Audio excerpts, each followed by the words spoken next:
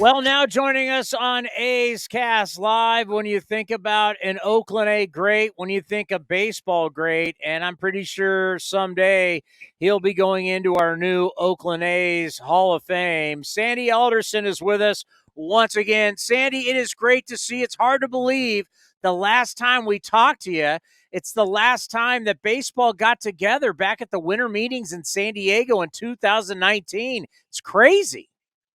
Yeah, it's been just a couple of years, but a lot has changed since 2019, given the COVID situation and a variety of other potential interruptions. So, but it's good to have baseball back in late November, going into early December in the winter meetings with no CBA overhang, no infectious disease overhang, and lots of potential free agent excitement.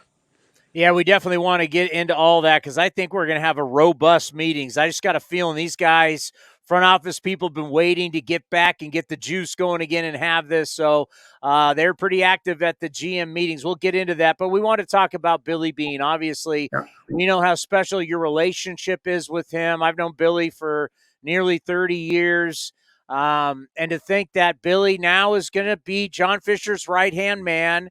David Force will take care of all the baseball operations. I'm sure you had some conversations with Billy about this. Just what's it like for you looking out west, knowing that kind of your prodigy, right? You made Billy Beane happen, is now just going to be there with the owner. Yeah, no, it's it marks the passage of sort of another generation. So, you know, Billy was a player with us, I think, in 1989, and transitioned to the front office pretty quickly. He's been in Oakland ever since. I was a little surprised by the announcement, but not given, you know, recent history and his interest in a variety of other things. Obviously, Billy's a smart guy, but also has a curiosity about things beyond baseball. And so I think this was probably the right time for him to begin to or continue to explore those things. And in the meantime, the A's are in good hands with David Forst. So really a nice situation for the Athletics, at least with respect to the front office. When you've spent a career running a franchise or multiple franchises, you know, the baseball operations are in your hands. How tough is that to kind of let go of that and not be that guy anymore who makes all the decisions? Look, I think if you've been doing it for a long time, and you've at least psychologically, maybe emotionally passed on to a different phase of that life, it's not that difficult. If it's ripped away from you, you know, involuntarily, maybe after a short period of time or without enough runway to really prove oneself, then I think it would be more difficult. But, you know, I think Billy's been there a long time. He's been doing this for a long time. I don't think he felt any real stress about the job from year to year. But at this point, I think, again, he's got a variety of interests and feels comfortable exploring those. And so my guess is he's already relinquished some of that control to David over the years. And this won't be as meaningful a step away as some people might think. You know, when you think about Billy Beane as a player, and then all of a sudden you're going to now hire him to start this journey that he's been on, what was it about him, or what did you see in him where you said, yeah, I'm going to give this a shot. I'm going to bring him in and give him this opportunity? Well, first of all, he was very decisive in his desire to get into the front office and leave the game on the field. So that was very apparent that he was very committed to the transition. Secondly, you know, very capable. Obviously, a smart guy, articulate, enthusiastic, And, that kind of enthusiasm rubs off on a front office just as it does on teammates. So, um, we hired him originally as an advanced scout, so it wasn't exactly a high risk proposition, and gave him an opportunity to work his way from that, which he did pretty quickly. What's interesting about the day it was announced, when Billy talked to the media and then David Force talked to the media, was how much your name came up, to where Billy referenced you multiple times, David Force referenced you. What does that mean? I mean, you came back as a special advisor recently, but I mean, working full time for the A's, that was many, many years ago. That here your name keeps coming up in these press conferences for how you helped build this thing that was passed to Billy Beane, now passed to David Force. What does that mean to you? Well, I think one of the things it means is that the A's, through all the years, have had a tremendous amount of continuity.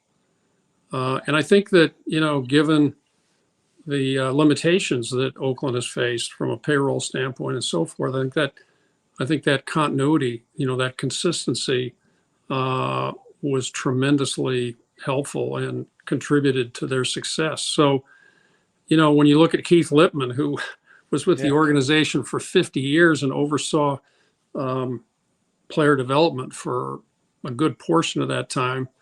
Eric Kubota, who runs the amateur scouting department. Billy's obviously been there a long time. But I think if you look up and down the organization, what you'll find is a lot of continuity. You don't see a lot of turnover, every couple of years. And so I think that's partly what this says. Partly it, I think, underscores the value of that kind of consistency and continuity. And then maybe third, it speaks to, the success that Billy and David have had, and some of the success that we had earlier. It's a proud history there. It doesn't get the acclaim that it probably should, but from the standpoint of not just on-field success, but innovation and other ways in which the A's have moved the game forward, I think that there's a lot of history there, and again, I think it has to do with the fact that there's been, relative to other teams, so much less turnover and so much more continuity. Well, it's never been a dull moment around here. Whether you go back to Charlie Friendly bringing the team out west, winning the 3 World Series, then Billy Ball, then here you guys come and you're leading the ship on to Moneyball to where we are today. But your time, and I really think about the late 80s, where you think about where Oakland was one of the tops, if not the top in payroll, going to 3 straight World Series. When you look back and you think about that time, now that we've started this Oakland A's Hall of Fame, where Dave Stewart just went in, Tony La Russa's gone in, so your managers, some of your players. When you look back at that time and you now see guys finally getting honored, getting that due, which I do think, I don't know when it's going to happen, but you will definitely get into the Oakland A's Hall of Fame. What does that mean to you now to see these guys getting that honor for what happened when you were leading the ship here? Well, I think 2 things. One is that, it validates to a large extent what did occur during those years, from the time that we, hired Tony La Russa, signed Dave Stewart, ended up finishing 587 and then going to the World Series 3 straight years and getting into the playoffs again in 92. It sort of validates that period of time. And I don't think the validation came at the time because, we were favored to win all 3 of those World Series, only won 1. And so there's a certain amount of disappointment there. But if you look at the individuals, and not just from a competitive standpoint, but from the standpoint of personality and entertainment value, those were great teams. And, when you start with, a Dave Stewart and a Bob Welch, in the rotation, and Dennis Eckersley in the bullpen, but there were some other characters in that pen too. And then Jose Canseco, Mark McGuire, Dave Henderson, Ricky Henderson. It was a traveling, I wouldn't call it a circus, but it was definitely a road show. And and that's what baseball should be, honestly. You talked about Charlie Finley, reminds me of Bill Veeck. Baseball is an entertainment form, and sometimes we forget that with all the seriousness surrounding play on the field and so forth. And by the way, something to extent we've lost is that some of that entertainment value. But so validation for those teams, both in terms of their ability as well as personality. And then secondly, it's nice to, at least for a day or two, remember those moments. And, I can remember at the time thinking to myself, is it going to last forever? Or how did we get here? But it's nice after all these years to reminisce a bit and see everybody. So when Dave Stewart's number was retired, I came out and was there, and I'm going to come back to Oakland in a couple of weeks and just have lunch with 14 or 15 people, front office, as well as a few players. But maybe it's that point in my life where there's a little more time to think about those things and get together with people that meant so much to me over, the last 30 or 40 years. Well, yeah, I remember the last time we talked to you in San Diego, we were talking about all the big names that you acquired and acquired and traded again. And you said, yeah, Ricky Henderson is one of the greatest players, and you're the guy that kept trading him, bringing him back, trading him. It's like, it's unreal. I went to a reunion a few years ago, and they asked me what were my hobbies, and I said trading Ricky Henderson. It had happened so often. Yeah, that reunion was a while ago, but it was true. I spent a larger percentage of my time trading and reacquiring Ricky than I did most other things. When you think about, we're going to San Diego again for the winter meetings. Obviously, you're still with the Mets. Is there a time frame for when you will officially retire? Well, the announcement a month or two ago was that I would step down when my successor is found. To this point in time, and it could change tomorrow, they haven't found my successor. So I'm still here. I'm still in the same position. But I would expect by the end of the year, at least, I'll have transitioned into something else. Well, it's very interesting. I mean, the Mets are back, and it's great to see, both teams in New York being competitive. It's better for the game of baseball. But you just kind of look at, we're coming out of the pandemic. We're coming out of the lockout. There's teams itching. We're starting to hear the rumors as they build up. I was talking about how this just paves the path to what we're going to have in San Diego when everybody wants to make big deals. Are you expecting a lot of major contracts, major moves, major trades when we get down to San Diego in early December? It's always difficult to predict what's going to happen at a winter meetings. There's no question that over time, free agent signings have taken precedence over trades. And that's partly because, if you can buy a player, most teams would rather do that than spend their prospect capital. But as a result, it's hard to predict because there are certain players in the free agent market that kind of dictate what will happen in a cascading effect with other free agents. And so those players don't sign. It holds up the free agent market. The free agent market holds up the trade market. So it's hard to predict. And I would never predict that, there's going to be an avalanche of activity because sometimes in winter meetings, there's a trickle of activity. And it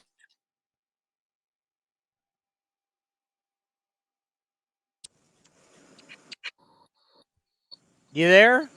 I'm here. Okay. It's all right. We just lost you for a second. Let's end on this. A lot of interesting stuff came out of Vegas for the GM meetings about the new rules. We got new rules. You can't shift, pitch clock, bigger bases.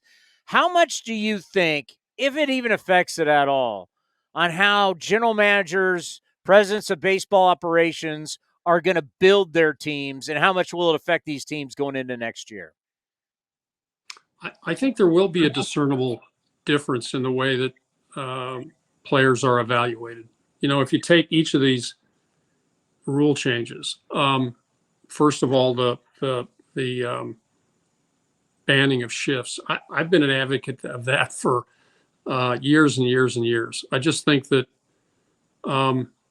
there are a couple of ways that I approach this. One is from a philosophical standpoint, and the other is just from a practical, competitive standpoint.